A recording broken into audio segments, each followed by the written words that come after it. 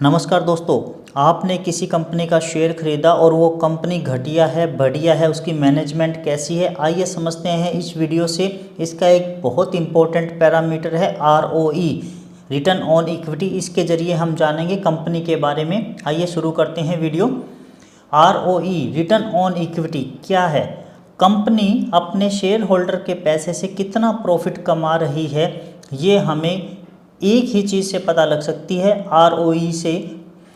जैसे कि एग्जांपल के लिए हम समझ सकते हैं कि हमने इन्वेस्ट किए 100 रुपये और वो हमने किसी कंपनी को दे दिए। हमारे दिए हुए 100 रुपये से कंपनी कितना प्रॉफिट बना रही है, कितना रिटर्न ऑन इक्विटी हमें दे रही है, वो उस कंपनी की प्रॉफिटेबिलिटी के ऊपर डिपेंड करता है। ROE हमें क्या क्या बताता है? ROE हमें बताता है कि कंपनी की मैनेजमेंट कैसी है, कंपनी की लीडरशिप कैसी है, कंपनी की प्रॉफिटेबिलिटी कैसी है। अगर कंपनी की मैनेजमेंट और लीडरशिप अच्छी है तो ROE भी अच्छा ही मिलेगा।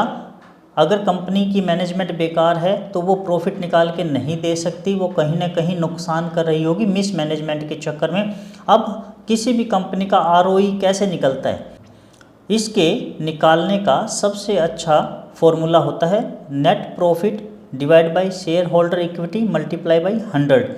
अब हम समझते हैं नेट प्रॉफिट किसको कहते हैं और शेयर होल्डर इक्विटी किसको कहते हैं। नेट प्रॉफिट कंपनी का टोटल प्रॉफिट आफ्टर टैक्स। हम एबिटा मार्जिन नहीं लेते हैं, बिफोर टैक्स क्या उनका प्रॉफिट आया वो भी नहीं लेंगे, हम नेट टैक्स की बात कर रहे हैं सभी खर्चे निकाल के। और शेयर होल्डर इक्विटी किसको कहेंगे? एक शेयर होल्डर ने किसी कंपनी में कितना इन्वेस्ट किया है, उस पैसे को हम शेयर होल्डर इक्विटी कहते हैं। ये बीच में चेंज हो सकता है साल के, लेकिन निकालने का एक तरीका है। स्टार्टिंग में और एंड में जितना पैसा लगाया उसका हम एवरेज लेते हैं, इससे हमारी शेयर होल्डर इक्विटी निकल जाती है। अब हम इसको लाइव एग्जांपल से समझते हैं। ROE कैसे निकालें? मान लो किसी कंपनी का नेट प्रॉफिट 500 करोड़ रुपीज़ है और शेयर होल्डर इक्विटी हुई उसकी 2000 करोड़ रुपये। 500 करोड़ का प्रॉफिट है, टोटल पूंजी लगाई है 2000 करोड़। ROE निकलेगा 500 divide by 2000 multiply by 100। 25% return on equity उस कंपनी ने निकाल के हमें दी है, ये उसका ROE है। मैं फाइनेंशियल एडवाइजर नहीं हूँ, ये वीडियो एजुकेशनल पर्पज़ के लिए है। अब बात करते हैं लिमिटेशन ऑफ ROE। ROE की क्या क्या लिमिटेशन है? अगर किसी कंपनी के ऊपर कर्जा बहुत ज़्यादा है, डेप्ट बहुत ज़्यादा है, किसी कंपनी ने लोन लिया हुआ है, तो ROE आर्टिफिशियल लग सकती है। ये हम आगे के एग्जांपल से समझेंगे, आप चिंता मत करो। दूसरा, हम कंपेयर कर रहे हैं किसी और सेक्टर से। अगर हमने मेटल का ऑटो सेक्टर से कंपैरिजन कर लिया ROE, वो भी गलत हो जाएगा। या हो सकता है कि किसी सेक्टर का ROE कंटिन्यू ही अप है और हमें लगता है कि वो 30 से 35% बहुत ज़्यादा है। नहीं, हो सकता है कि उससे रिलेटेड सभी कंपनी 45, 50, 55, 60% तक दे रहा है, तो 35% लो हो सकता है या नॉर्मल हो सकता है। हो सकता है किसी सेक्टर की सभी कंपनी का ROE 10, 12, 13, 14 हो और किसी कंपनी हमें 20% तक दे रही है, तो वो बहुत अच्छा माना जा सकता है। इसको भी हम एक लाइव एग्जांपल से समझेंगे अभी। अब दोस्तों, डिफरेंट सेक्टर मैंने लिए हैं, ROE रेशियो मैं आपको बता रहा हूँ। जैसे डाबर FMCG की कंपनी है, ROE 17। इन्फोसिस IT की company 28% ROE। PNB banking company है 16%। Cipla pharma company 17%। Bajaj auto company है 21%। Tata steel and JSW steel की कंपनी है, मेटल की 4% ROE। अब हम इस टेबल को देखकर ये समझ सकते हैं कि हमें इन्फोसिस शेयर परचेज करना चाहिए और टाटा स्टील हमें नहीं लेना चाहिए। या डाबर, जैसे PNB का भी 16 है, सिप्ला का भी 17 है, बजाज ऑटो का भी 21 है, इसके आसपास ही है, तो डाबर का भी नॉर्मल है, ओके है। नहीं, ये बहुत ज़्यादा गलत हो जाएगा। इसको हम एक डिटेल में समझते हैं, तब आपको पता लगेगा कि क्या हमारे डिसीजन सही थे या हम गलत समझ रहे थे। नेक्स्ट स्लाइड में देखते हैं दोस्तों।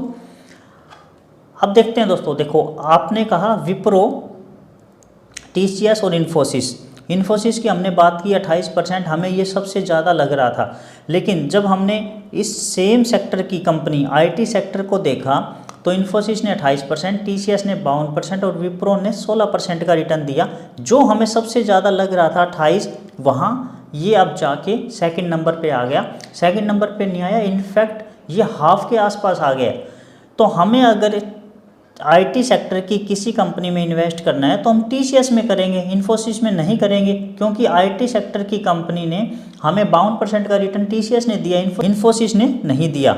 अब यहाँ ये प्रिडिक्शन गलत होगी। सेकंड हमारी प्रिडिक्शन थी तो ये एवरेज में है 17, डाबर का हम ले सकते हैं क्योंकि पीएनबी का 16 है, नहीं। अब यहाँ देखिए आप, डाबर का 17, लेकिन Britannia same FMCG sector company, Britannia ने 50% का आरओई दी है। तो अगर हमें एफएमसीजी सेक्टर की किसी कंपनी को लेना है तो हम ब्रिटानिया को चूज करेंगे, डाबर को नहीं करेंगे। थर्ड हमारा प्रेडिक्शन था कि हमें टाटा स्टील को नहीं लेना चाहिए। नहीं दोस्तों, हमने यहाँ कंपैरिजन करके दिखा दिया कि टाटा स्टील और जेएसडब्ल्यू स्टील दोनों का ही लगभग 4% है। तो ये 4% अगर पूरी की पूरी इंडस्ट्री या इसके आसपास दे रही है तो ये भी ओके है। ये भी हम ये नहीं कह सकते कि ये बहुत कम है या बहुत ज़्यादा है। तो हमें कंप्लीट सेक्टर को देखना चाहिए, अलग अलग सेक्टर की कंपनीज को कंपेयर नहीं करना चाहिए। जैसे बजाज ऑटो का 21, विप्रो का 16 और डाबर का 17, हम ये सोचते हैं कि ये सभी इक्वल ही है तो कोई फ़र्क नहीं है। नहीं, इसमें अगर हम एफएमसीजी सेक्टर को देखें तो 50 तक पहुंच गया, आईटी को देखें तो 52 तक पहुंच गया। तो हमने ये गलती बिल्कुल भी नहीं करनी। दोस्तों, आरओई में डेप्ट का भी बहुत बड़ा रोल है। अगर डेप्ट किसी कंपनी के ऊपर बहुत ज़्यादा है तो वो आरओई को इफ़ेक्ट कर सकता है, वो हमें गलत शो कर सकता है। जैसे किसी कंपनी का नेट प्रॉफिट 100 करोड़, लेकिन उसकी टोटल इक्विटी थी 1000 करोड़ और उस कंपनी के ऊपर कोई भी कर्जा नहीं है, तो आरओई आपको पता है कि सिंपल फार्मूला है, net profit divide by total equity multiply by 100, तो ये हो जाएगा 10%। अगर किसी कंपनी का आरओई 10% है और वो डेप्ट के साथ नहीं है तो हमें लगेगा कि ये कम है। और किसी कंपनी का, अब बी कंपनी का एग्जांपल लेते हैं कि net profit 200 crore out of 100 crore equity, लेकिन साथ में उसके ऊपर 600 करोड़ का कर्जा है। अब आरओई देखिए, हम आरओई निकालने का तो सिंपल फार्मूला है, क्योंकि हम इसमें डेप्ट को इंक्लूड भी नहीं करते हैं, एक्सक्लूड भी नहीं करते हैं, हम टोटल इक्विटी की बात करते हैं ओनली। तो बी कंपनी ने 20% की आरओई जनरेट की, कैसे? 200 डिवाइड बाई 1000 मल्टीप्लाई बाई 100।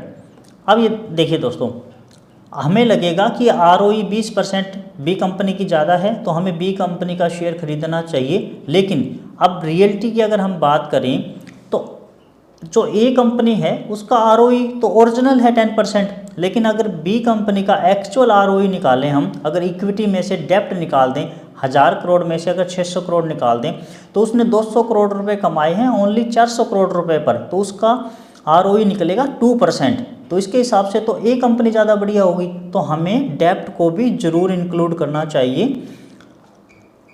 अगर आप पीई रेशियो के बारे में जानना चाहते हैं तो मेरी एक पीई रेशियो वाली स्पेशल वीडियो है, वो आप ज़रूर देखिए, आपको आई बटन में मिल जाएगी। उसमें भी आपको बहुत डिटेल में और सिंपल भाषा में समझाया गया है कि पीई रेशियो क्या होता है। अब आगे चलते हैं दोस्तों। अब आरओई का ट्रेंड देखना, कई बार हम 1 साल या 2 साल के आरओई को देख लेते हैं, उससे हमारा डिसीजन गलत हो सकता है। हमें कम से कम 3 से 5 साल या 10 साल का आरओई चेक करना चाहिए कि वो कंसिस्टेंट हाई आरओई है या नहीं है। अब इसको एक एग्जांपल से हम समझते हैं। अब टीसीएस का मैंने एग्जांपल लिया है, 5 साल की आरओई मैंने ली है। इसमें 2021 में इन्होंने 39%, 2022 में 44%, 2023 में 47%, 2024 में 51% और 2025 में 53%। हम ये कह सकते हैं कि इसकी आरओई कंटिन्यू अप ट्रेंड में है।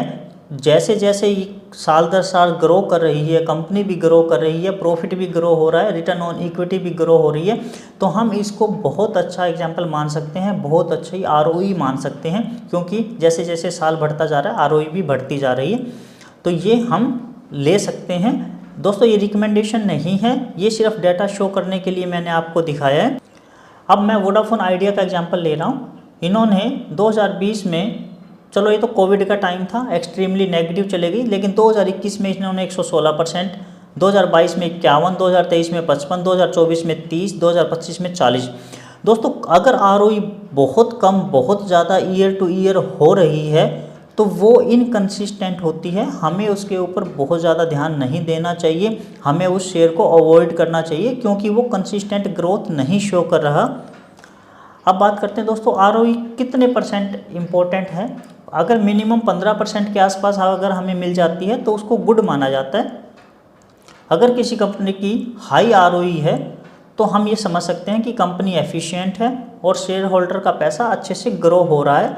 अगर किसी कंपनी की लो ROE है और पूरे सेक्टर के अकॉर्डिंग उसी कंपनी की लो है, पूरे सेक्टर की हाई है उस कंपनी की लो है, तो हम ये कह सकते हैं कि कंपनी का प्रॉफिट कम हो रहा है या पैसा इनएफिशिएंटली यूज हो रहा है, कंपनी की मैनेजमेंट गलत है, कंपनी के डिसीजन गलत है और कंपनी की लीडरशिप भी अच्छी नहीं है। दोस्तों ओनली ROE को भी नहीं देखना, PE रेशियो को, डेप्ट को, ये देखना भी ज़रूरी है, क्योंकि ओनली ROE से हमारा डिसीजन गलत हो सकता है। तो हमें बहुत सोच समझ के इन्वेस्ट करना है और धीरे धीरे हमें नॉलेज बढ़ानी है। दोस्तों ये थी कंप्लीट स्टडी ROE के बारे में। बहुत मेहनत से और बहुत डिटेल से मैंने ये वीडियो बनाई है, तो आप वीडियो को लाइक ज़रूर करें। आपका फेवरेट स्टॉक कौन सा है उसके बारे में आप कमेंट करें। एवरी सैटरडे एक वीकली स्टॉक एनालिसिस को देखने के लिए चैनल को सब्सक्राइब करें, बेल आइकन को ऑन करें।